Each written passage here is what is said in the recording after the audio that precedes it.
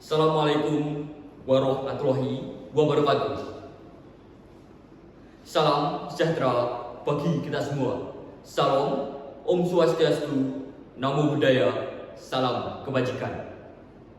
Yang terhormat Dewan Juri Lomba Pidato Indonesia Bersinar, Indonesia Bersih Narkoba. Yang saya hormati Kepala Badan Narkotika Nasional Provinsi Daerah Istimewa Yogyakarta, Bapak Brigjen Polisi Andi Fairan, SIK, MSM, beserta seluruh jajarannya, serta para hadirin yang berbahagia. Pertama-tama, marilah kita panjatkan puji syukur kehadirat Tuhan Yang Maha Esa, karena berkat limpahan rahmat dan karunia-Nya, kita semua bisa berkumpul di tempat ini dalam keadaan sehat walafiat. Perkenalkan, saya Rama Satrawiraga dari SMA Negeri 2 Wates, Kulon Progo, Daerah Istimewa Yogyakarta.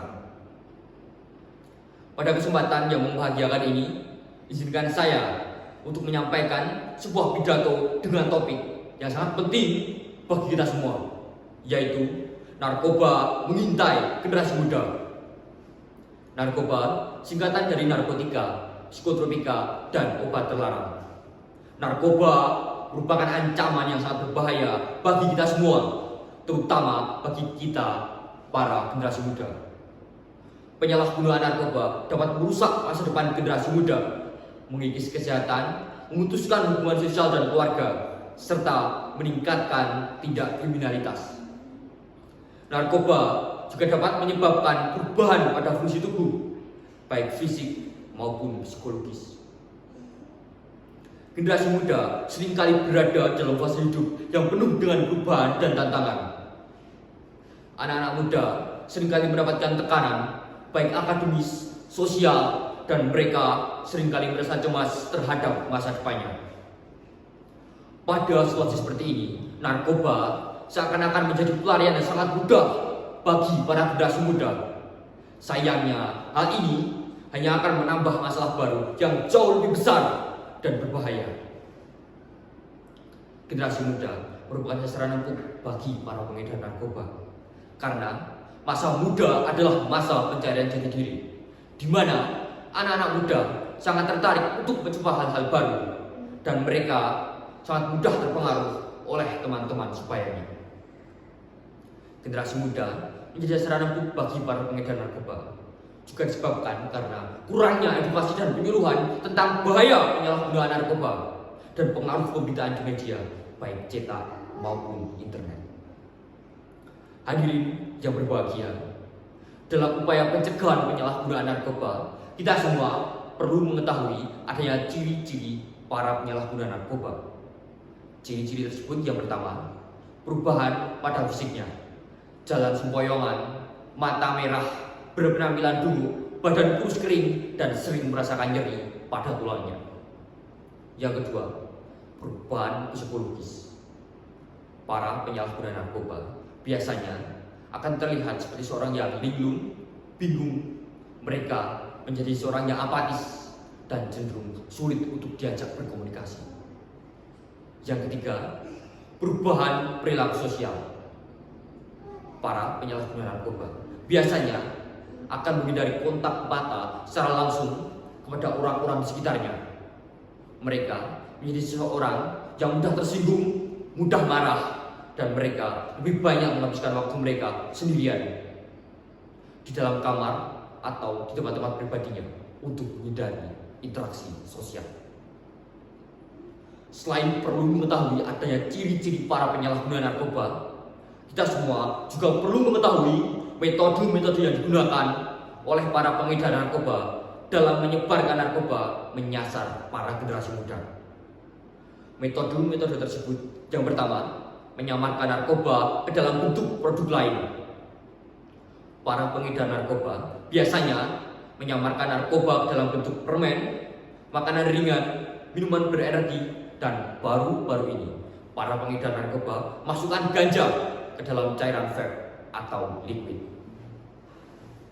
Pada beberapa waktu yang lalu, di daerah istimewa Yogyakarta sendiri, berdasarkan data dari bnn.go.id, telah tertangkap seorang selebgram yang telah terbukti melakukan penyalahgunaan narkoba dengan masukkan ganja ke dalam cairan vape atau liquid.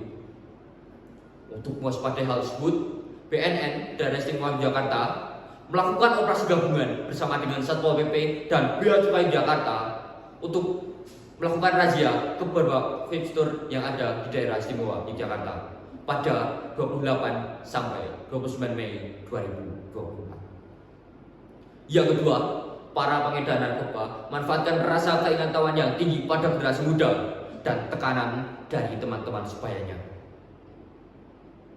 Tidak sedikit generasi muda yang terdorong untuk mau mencoba narkoba hanya supaya mereka bisa diterima di dalam kelompok-kelompok sosial tertentu, dan mereka hanya ingin terlihat keren di depan teman-temannya atau hanya sekedar mengikuti tren di kalangan mereka.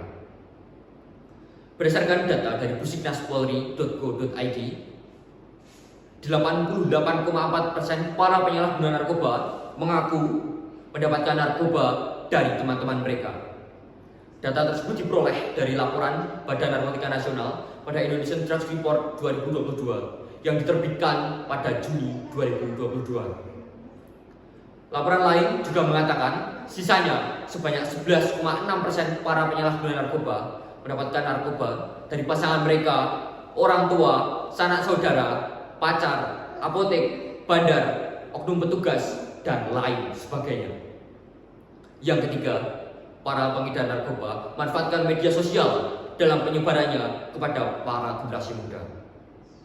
Para pengedar narkoba biasanya akan memberikan pesan-pesan pribadi kepada anak-anak muda dan memberikan penawaran yang menggoda supaya anak-anak muda mau mencoba narkoba.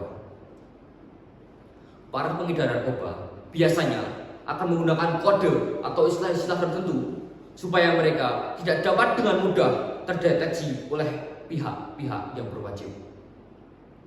Berdasarkan data dari veryhal.com, salah satu kodenya adalah kode emoji. Contohnya, penggunaan emoji bola kristal menandakan bahwa pembeli ingin membeli narkoba jenis sabu. Sedangkan emoji ikan buntal atau diamond menandakan bahwasanya pembeli menanyakan membeli narkoba jenis kokain. Kita semua harus menyadari bahwasanya narkoba merupakan ancaman yang serius bagi kita semua, terutama bagi kita para generasi muda. Narkoba dapat merusak kesehatan, memutuskan hubungan sosial, dan merusak moralitas kita semua. Oleh karena itu, pencegahan penyalahgunaan narkoba merupakan tanggung jawab kita bersama yang harus kita emban dengan penuh kesadaran dan komitmen. Karena merupakan ancaman yang serius bagi kita semua, kita perlu melakukan beberapa langkah dalam upaya pencegahan penyalahgunaan narkoba. Langkah-langkah tersebut yang pertama, melakukan edukasi dan penyuluhan. Pentingnya edukasi dan penyuluhan kepada seluruh lapisan masyarakat, terutama bagi para generasi muda. Program-program edukasi dan penyuluhan harus terus-menerus dilakukan, baik di sekolah, kampus, maupun komunitas-komunitas yang ada pada lingkungan masyarakat. Yang kedua, dukungan dari keluarga. Keluarga merupakan benteng pertahanan pertama dalam upaya pencegahan penyalahgunaan narkoba. Dengan menciptakan lingkungan keluarga yang harmonis, penuh kasih sayang, dan komunikasi yang baik, dapat membantu para orang tua memberikan pengawasan kepada anak-anak mereka, dan orang tua dapat mengetahui perubahan-perubahan yang terjadi pada anak-anak mereka lebih awal. Yang ketiga, kegiatan yang positif. Mengajak para generasi muda untuk mengikuti kegiatan-kegiatan yang positif, seperti kegiatan berolahraga, kesenian, dan mengikuti organisasi-organisasi sosial masyarakat. Kegiatan yang positif dapat mengalihkan perhatian anak-anak muda dari pengaruh buruk narkoba dan membantu mereka menemukan cara-cara yang sehat dalam menyelesaikan stres dan tekanan hidup mereka. Yang keempat, lingkungan yang sehat. Sekolah dan masyarakat harus mendukung kampanye anti narkoba.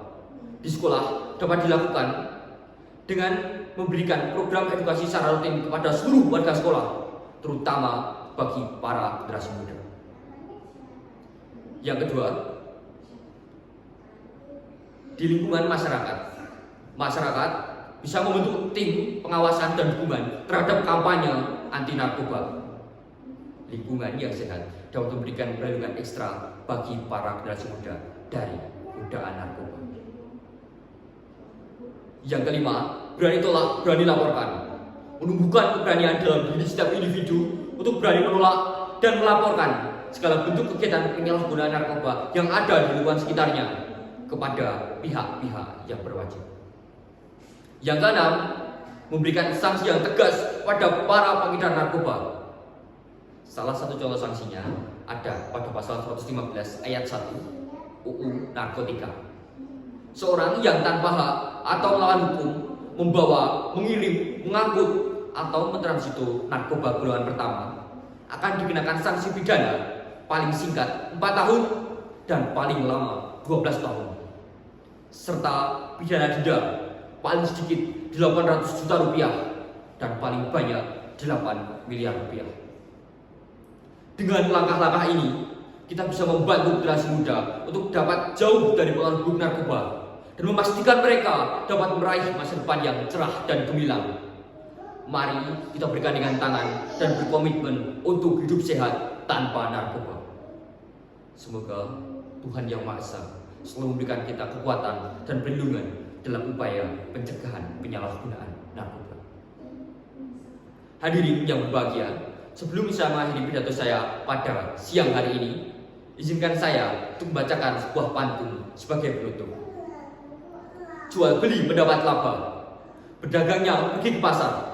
Generasi muda bebas narkoba, jaga Indonesia tetap bersinar. Beli es buah, makannya soto. Tutup makanan supaya bersih. Selesai sudah saya berpidato, cukup sekian dan terima kasih. Wassalamualaikum warahmatullahi wabarakatuh.